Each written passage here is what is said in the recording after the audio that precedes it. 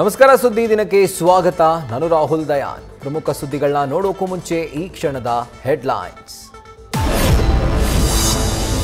ಅನರ್ಹ ಬಿಪಿಎಲ್ ಕಾರ್ಡ್ದಾರರಿಗೆ ಸಿದ್ದು ಸರ್ಕಾರ ಶಾಕ್. ರಾಜ್ಯದಲ್ಲಿ 8 ಲಕ್ಷ, ಬೆಂಗಳೂರಲ್ಲಿ 1 ಲಕ್ಷ ಬಿಪಿಎಲ್ ಕಾರ್ಡ್ ರದ್ದಾಗುವ ಸುಳಿವು. ಪಡಿತರ ಕಾರ್ಡುಗಳ ಪರಿಷ್ಕರಣೆ ಗ್ಯಾರಂಟಿ.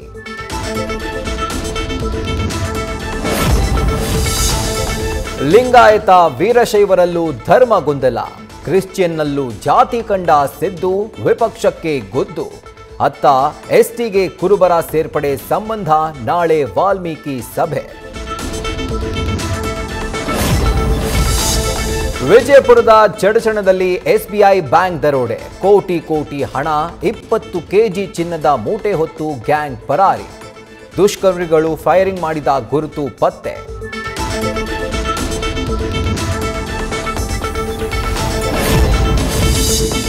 ಹೆಣಗಳ ರಹಸ್ಯ ಭೇದಿಸಲು ಆಪರೇಷನ್ ಬಂಗ್ಲೆಗುಡ್ಡ.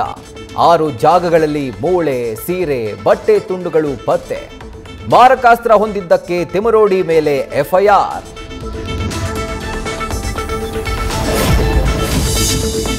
ಪ್ರಧಾನಿ ಮೋದಿ 75ನೇ ಹುಟ್ಟುಹಬ್ಬಕ್ಕೆ ಶುಭಾಶಯಗಳ ಮಹಾಪೂರ.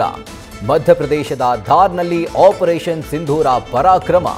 ಇತ್ತ ನಿವೃತ್ತಿ ಚರ್ಚೆಯೂ ಜೋರು. ನ್ಯೂಸ್ ಫಸ್ಟ್, ನಿರ್ಭೀತಿಯಿಂದ ನಿಮ್ಮ ಪರವಾಗಿ.